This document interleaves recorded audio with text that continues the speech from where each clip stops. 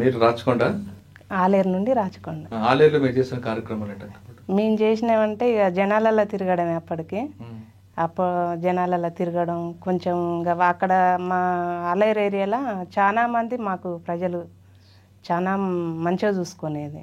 అంటే పోయిన అన్నం పెట్టడం, ఏదన్నా వచ్చిన సమస్య ఎస్సీ వాళ్ళైనా ఇంకా వేరే వాళ్ళైనా ముందుకు ఎక్కువ ఎస్సీ వాళ్ళే మమ్మల్ని కడుపులో దాచిపెట్టుకున్నాం. అక్కడ మీరు పనిచేసిన ఆలేరు, ఒకవైపు వరంగల్, ఒకవైపు జనగాం, ఇంకోవైపు సిద్దిపేట, మీకు బాగా పార్టీకి పట్టున్న ప్రాంతం అది. దాంట్లో మీ దగ్గరలో అందులో రావడానికి కూడా పోలీసులు భయపడేవారు, ఉదయం టైంలో కూడా వెళ్ళడానికి కూడా. అటువంటి ప్రాంతంలో అక్కడ సమస్యలు ఏవి కనిపించాయి మీకు? ఎక్కువ సమస్యలు అంటే ఇక ఇవి చేద్దామని పోరాటాలు చేద్దామని అనుకున్నాము. అనుకున్న క్రమంలో ఈ పోలీసు వాళ్ళు అనేది అప్పటికే ఏ మాత్రం మాకు అన్నం పెడుతున్నామని తెలిసినాక వాళ్ళని తీసుకుపోవడం, ఎన్కౌంటర్ చేయడం, అట్లా చాలా మందిని చేసారు. జనాలు భయపడిపోయారు. భయపడి అప్పటికి కొన్ని అలా పని చేసినప్పుడు కొనాలి కదా.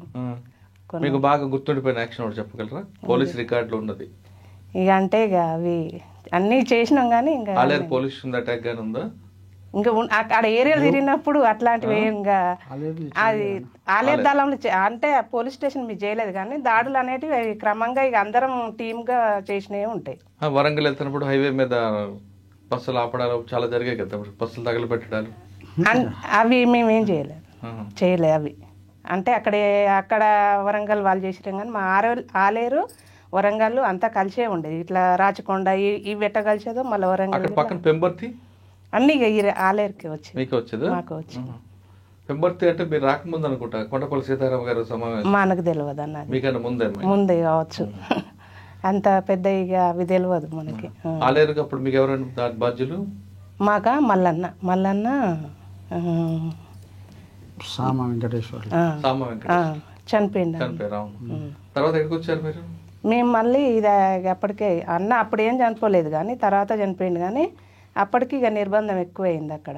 ఆలేరు నుంచి నెక్స్ట్ కృష్ణపట్ట, రాచకొండ వచ్చారు. రాచకొండలో మీకు అక్కడ గుట్టలు, ఇక్కడ ఆలేరులో కొంచెం ప్రధాన మైదాన ప్రాంతం, ఇక్కడ గుట్టలు ఉంటాయి. మరి ఎక్కే దిగుడు కొంచెం ఇబ్బంది అయిందా? దిగేది, ఎక్కేది దిగేది, ప్రజలు కలిసేది. అంటే మొత్తం ఆ గుట్టలలో ఉండకపోయేది కానీ ఊర్లకి ఎక్కువ తిరిగి. రాచకొండ ధరలో ఎక్కువగా కరువు దాడులు జరిగేవి. మీకు బాగా గుర్తుండిపోయిన కరువు దాడు చెప్పండి. అంటే అప్పటికి మేము ఆలేరులో ఉన్నాం. రాచకొండ కరువు దాడి లేవు అక్కడ. అప్పుడు నేను అక్కడ మేము ఆలేరు దళంలో ఉన్నా.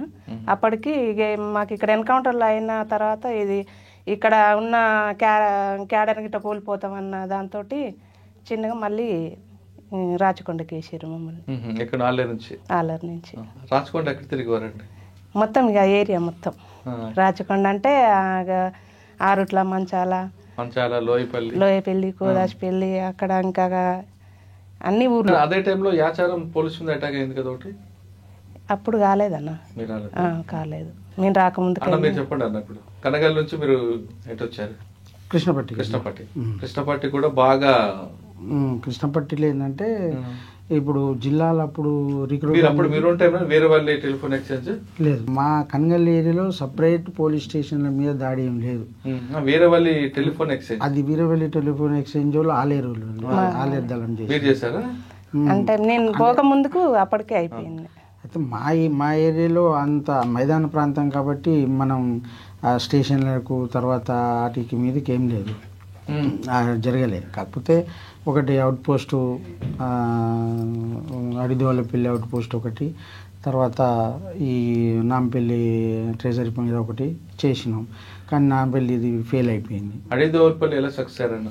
అడిదోలపల్లి అప్పుడు మన జిల్లా కమిటీ సెక్రటరీ ఉండే ఆయన టీం తోటి చేయగానే ఒక 20 మంది 30 మంది ఉన్నట్టు అప్పుడు చేస్తే దాంట్లో మాకు ఒక 4 వెపన్స్ వచ్చినాయి. అవి తీసుకొని మేము వెళ్ళిపోయినాం. అంటే మీరు ఎలా రెక్కి వేసారా లేదా డైరెక్ట్ అటాక్? రెక్కి వేయకుండా వెళ్ళరు? రెక్కితోటే చేసిండ్రు. ఎన్ని రోజులు వేసారు రెక్కి? ఎన్నో రోజులు అంటే ఒక 2-3 రోజులు చేసారు అంతే. దాని గురించి ఎన్ని గంటలకు స్టార్ట్ అయింది ఆపరేషన్? రాత్రి 10 గంటలకు అట్లా స్టార్ట్ అయింది. 12-2 అయిపోయినట్టున్నది. రిట్రీట్ ఎలాగయ్యారు? రిట్రీట్ మళ్ళీ ఆ ఏరియాలో ఒక బస్సు, నైట్ ఆర్డర్ బస్సు ఉంటే ఆ బస్సులో తీసుకొని మనం దేవరకొండ ఏరియాకి వెళ్ళిపోయినాం. అప్పటికి ఉదయం అయింది. ఉదయం అయింది, దేవరకొండ నుంచి ఫోర్స్ వస్తూనే ఉన్నది. అవి ఇక మనం ఆ కృష్ణపట్టి గుట్టల నుంచి వెళ్ళి మళ్ళీ అటు మహబూబ్నగర్ బార్డర్లోకి వెళ్ళిపోయి అట్లా ఒక 2-3 నెలలు మహబూబ్నగర్లోనే ఉన్నాం అన్నట్టు. మహబూబ్నగర్ టౌన్లో కాదు, అంటే అలా బార్డర్ అప్పర్ ప్లాట్ అనేది ఉంటుంది, మధ్యమడుగు ఆ దళంతో కలిసి ఆ ఏరియాలోనే ఒక 2-3 నెలలు ఉన్నాం. సాధారణంగా ఆడవాళ్ళు తీసుకుంటే పూర్తిగా దాని మీద అవగాహన ఉన్న వాళ్ళు వెళ్ళినా బయటికి రాలేరు. మీరు చెప్తున్న నల్లమలలో చెంచులు లాంటి వాళ్ళే ఒక్కోసారి తప్పిపోతుంటారు. సాధారణంగా అన్నలు అడవిలో ఉన్నప్పుడు ఒకవేళ సమావేశంకి వెళ్ళాలన్నా, ఒక ప్లేన్ ట్రిప్ పెట్టాలన్నా, లేదా ఒక షెల్టర్ తీసుకోవాలన్నా, ఒక పెద్ద పోలీస్ నుంచి అటాక్ అయినప్పుడు రిట్రీట్ అవ్వాలన్నా ఏ విధంగా తెలుస్తుందని మీకు? అదంతా పోలీసులే గూగుల్ మ్యాప్ పట్టుకుని దొరుకుతుంటారు, మీకు మ్యాప్లు ఉండవు, ఏమి ఉండవు కదా. లోకల్ వాళ్ళు ఉంటారు అక్కడ. చెంచోల నుంచి మనకు రిక్రూట్ ఉంటుంది, ప్రజల నుంచి సంబంధాలు, ప్రజల నుంచి మనకు సహకారం ఉంటుంది. కాబట్టి మనకు అక్కడ లోకల్ వాళ్ళు దళాలలో పనిచేసినప్పుడు వాళ్ళే గైడ్, వాళ్ళకు అన్ని విషయాలు తెలుస్తాయి. అవునన్న, పేరు ఒక దగ్గర వెళ్ళాలి. ఇప్పుడు కృష్ణపట్టి దళం ఒక దగ్గర షెల్టర్ తీసుకోవాలి. కృష్ణపట్టి నుంచి మీరు ఆ పైకి అప్పర్ పాయింట్ దానికి వెళ్ళాలి, మధ్య మడుగు వెళ్ళాలంటే లోకల్ చెంచులతో గైడ్ తీసుకుని వెళ్తారు. అక్కడ వెళ్ళిన తర్వాత మీరు షెల్టర్ తీసుకున్నప్పుడు పోలీసు ఫోర్స్ అటాక్ చేసింది అనుకోండి, మీరు మొత్తం చెల్లా చెదరు వెళ్ళిపోతుంటారు. అప్పుడు మీకు ఎలా తెలుస్తుంది బయటకు వెళ్ళాలని? బయటికి వెళ్ళాలని అంటే ఆమె గ్రామాలలో ఏదో ఒక గ్రామం అయితే చేరుతాం కదా, ఆ గ్రామం వాళ్ళు మనకు అప్పుడున్న పరిస్థితుల్లో మనకు సహకరించి మనకు అప్పుడు వాళ్ళు రూట్ చూపెట్టడమా, లేకుంటే కొన్ని రోజులు దాచిపెట్టడమా, అలాంటివి చేసి. మీరు ఒక ప్రాంతంలో ఉన్నారు, ఏ అనే ప్రాంతం ఉన్నారు, ఏ అనే ప్రాంతానికి ఒక గైడ్ తీసుకెళ్తాడు. మీకు అది చుట్టుపక్కల ఏం జరుగుతుంది, ఎవరు వస్తున్నారు వెళ్ళడానికి అనేది కనిపించే ప్రాంతం, ఎత్తైన ప్రాంతం. అంటే మీదే అప్పర్ హ్యాండ్ అన్నది. తెల్లవారుజామున పోలీసులు అటాక్ చేస్తారు. చేసినప్పుడు మనం ఉత్తర వైపు వెళ్దామా, దక్షిణ వైపు వెళ్దామా అనేది ఆలోచన ఉండదు. అక్కడ నుంచి పారిపోవాలి అంతే కదా. ఆ పారిపోయే భాగంగా ఎటువైపు వెళ్తే రోడ్డు వస్తుంది, ఎటువైపు వెళ్తే నది వస్తుంది, ఎటువైపు వెళ్తే ఊరు వస్తుంది అనే విషయం ఎలా తెలుస్తుంది అన్న? అంటే ముందే చెప్పుకుంటారు ఇటువైపు ఇది, ఇటువైపు అదని? అంటే ఆ లోకల్ దళం వాళ్ళు ఉంటారు కదా, మనం ఏదైతే దళం వాళ్ళు ఉంటారో వాళ్ళేమంటే వాళ్ళు మనం వెళ్ళిపోతాం కాబట్టి మనకు పెద్ద సమస్య ఏమి ఉండదు. అంటే అందరూ ఆయనప్పుడు వెళ్ళరు కదా, ఫైరింగ్ అయినప్పుడు చల్లాచెదిరి వెళ్ళిపోతారు కదా. ఫైరింగ్ అయినప్పుడు అన్నిసార్లు చల్లాచెదిరి ఏం కావు, రిట్రీట్ అవుతుంటాం. లోకల్ వాళ్ళతోటే రిట్రీట్ అవుతుంటాం. లోకల్ దళంతో రిట్రీట్ అయినప్పుడు మనకు అలాంటి గుర్తు తెలియని పరిస్థితి ఏముండదు. మనకు ఎవరో ఒకరు లోకల్ వాళ్ళు ఉంటారు. ఒకవేళ ఆ విధంగా మనం ఒకవేళ సింగిల్గా విడిపోయినప్పుడు అప్పుడు ఏం చేస్తాం, అక్కడ ఉన్న గ్రామాలు లేకుంటే చెంచోళ్ళు ఎవరో ఒకరు మనం సహకారం తీసుకొని బయటపడుతుంటాం. అటువంటి సంఘటన ఇప్పుడు ఎదురైంది మీకు? అట్లా నాకేం కాలేదు. అట్లా ఏం కాదు. అంటే స్థానికుల సహకారంతోనే బయటపడతాం. తర్వాత ఎక్కడికి పనిచేస్తారండి మహబూబ్నగర్ వచ్చి? మహబూబ్నగర్లో అంటే నేను కృష్ణపట్టిలో ఒక 2 years పనిచేసిన. 2 years పనిచేసినప్పుడు అయితే అప్పుడు ఎట్లా ఉందంటే కృష్ణపట్టి ఏరియాలో ఏంటంటే బాగా వెనుకబడ్డ ఏరియా. ఇక్కడ రిక్రూట్ బాగుండేది. నల్గొండ, ఆలేరు, రాచకొండ, కనగల్లు వీళ్ళు రిక్రూట్ ఉండేది. ఈ వచ్చిన రిక్రూట్ని ఏం చేసేది, కనగల్ల కృష్ణపట్టిలో పెట్టి పోషించేది. ఎందుకు అని అంటే ఇక్కడ 20 మంది వచ్చారనుకో, 20 మందిని ఇక్కడ ఉండలేరు, మైదాన ప్రాంతంలో అతను ఉండలేరు. అప్పుడు ఎంత 7 members తోటే దళం తిరిగేది. ఒకవేళ 20 మంది 15 మంది కొత్త వాళ్ళు వచ్చారు అనుకో, కొత్త వాళ్ళు వచ్చినప్పుడు అప్పుడు ఇక్కడ మనకు షెల్టర్ డైవర్ట్ చేస్తాం. అక్కడ ఏంటంటే రిజర్వ్ ఫోర్స్, కృష్ణపట్టి రిజర్వ్ ఫోర్స్ సాధేటందుకు అట్లా వచ్చేది. అక్కడి నుంచి జిల్లా కమిటీ, రాష్ట్ర కమిటీలో వాళ్ళ అవసరాల కోసం వాళ్ళు తీసుకుపోయేది అన్నారు. కృష్ణపట్టి ఫోర్స్ తీసుకొచ్చి మీ ఇద్దరు పెట్టేవారు, అంటే ఎక్సెస్ వాళ్ళని మీరు ఏ విధంగా ట్రైనింగ్ ఇచ్చేవారు? ఇక వాళ్ళకి ట్రైనింగ్, మిలిటరీ క్లాసులు చెప్పడం, రాజకీయ క్లాసులు చెప్పడం, తర్వాత చదువు రాని వాళ్ళకు చదువు నేర్పడం, అలాంటివి చేసేటోళ్ళం. అందులో పనిచేసిన వాళ్ళు గుర్తున్నారు మీకు ఇప్పుడు? ఇక దాదాపు ఇప్పుడు అయితే గుర్తులేరు. నేను ఒక 20 years అయిపోయింది కదా. అంటే ఎక్కడైనా ఫోర్స్ అవసరం అనుకుంటే కృష్ణపడదాలని వాళ్ళు వాడుకునేవారు. అంటే ఇక్కడి నుంచి ఎక్కువ రిక్రూట్ అయిన సభ్యుల్ని మొత్తం అక్కడ పెట్టి అట్నుంచి వెళ్ళి అవసరాలకి రీత్యా పార్టీ వాళ్ళు తీసుకుపోయేటోళ్ళు. స్టేట్ కమిటీ, జిల్లా కమిటీ ఎక్కడంటే అక్కడ తీసుకుపోయేటోళ్ళు. అన్నప్పుడు జనగాము, ఆలేరు ఆ ప్రాంతం నుంచి ఎక్కువ మంది ఉండేరా రిక్రూట్మెంట్? ఎక్కువ ఆలేరు నుంచి బాగా వచ్చేది, రాచకొండ నుంచి బాగా వచ్చేది. అవునా? 3వ ప్లేస్ కనగల్లు వచ్చేది. కృష్ణపట్టిలో కొంచెం తక్కువ. ఎందుకు కృష్ణపట్ల ఎందుకు తక్కువ అని అంటే అది లమ్మడోళ్ళు. అక్కడ బాగా వెనుకబడ్డ ప్రాంతము. దాన్ని ఎదికే వెనుకబడ్డ ప్రాంతం వల్ల అప్పటికి మనం మనల్ని ఓన్ చేసుకోవడం కొంచెం కొన్ని రోజుల వరకు కొంత తక్కువ ఉండేది.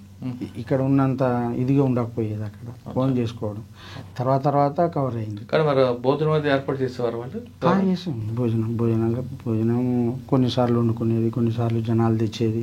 అవన్నీ ఎక్కువ మేజర్గా జనం మీద ఆధారపడేది. మీరు ఇంటర్మీడియట్ చదువుకున్నారు, పార్టీలోకి వచ్చారు అంటే మీకు ఒక సబ్జెక్ట్ అయితే ఉంది, ఏదో గుడ్డిగా రాలేదు మీరు. అలాగే కొంతమంది సీనియర్ నాయకులు ఉన్నారు, వాళ్ళు డిగ్రీలు, ఇంజనీరింగ్ చదివిన వాళ్ళు, డాక్టర్ చదివిన వాళ్ళు, లాయర్ చదివిన వచ్చారు. ఎందుకంటే ఆ భావజాలం, ఐడియాలజీ, అప్పుడున్న సమస్య అనేది అటువైపు తీసుకొచ్చింది. మీరు తీసుకున్న టైంలో తర్వాత వచ్చే వాళ్ళందరూ కూడా ఇంకా తక్కువ స్థాయిలో రావడానికి కారణం ఏమనుకోవచ్చు? అంటే ఈ నిర్బంధం మూలంగా యూనివర్సిటీలు, హై స్కూళ్ళు, కాలేజీలలో ఈ పార్టీ ఆర్గనైజేషన్ తగ్గిపోయి గ్రామాల ప్రాంతాలకే పరిమితం కావడం వల్ల గ్రామీణ ప్రాంత యువకులే వచ్చినారు. అంటే గ్రామీణ ప్రాంతంలో చదువుకున్న వాళ్ళు వచ్చినారు, చదువు రాని వాళ్ళు వచ్చినారు. అంతేగాని ఒక యూనివర్సిటీలో చదివి తర్వాత ఇట్లా వచ్చిన వాళ్ళు లేకపోవడం మూలంగా కొంత తగ్గిరు. అంటే మీ దగ్గరకు వచ్చిన వాళ్ళు, కృష్ణపట్ల దళంకి వచ్చిన వాళ్ళు, అంటే ఎక్సెస్ ఫోర్స్ వచ్చింది అంటున్నారు కదా, వాళ్ళలో చదువుకున్న వాళ్ళు వచ్చారా, లేదు చదువు రాకపోయినా ఆ భావజాలం ప్రభావం వచ్చిన ఉన్నారా, లేదు వ్యక్తిగత కోపాలు తీర్చుకోవడానికి వచ్చిన ఉండేవారు? అంటే అందరు వచ్చేది. అంటే చదువు రాని వాళ్ళు వచ్చేది, చదువుకున్న వాళ్ళు వచ్చేది. వ్యక్తిగత కోపాలతోటి వచ్చిన వాళ్ళు చాలా తక్కువ. ఒకవేళ ఒకరిద్దరు వచ్చినా కూడా పార్టీ దానికి అంగీకరించి నిబంధన ప్రకారం వ్యక్తిగత పక్షాలు కాటాంధ్రాలు అట్లే ఉండవు. ఆయన వచ్చినా కూడా అంతవరకు ఆ పార్టీ నిర్ణయానికి కట్టుబడి ఉండాల్సిందే అట్లా.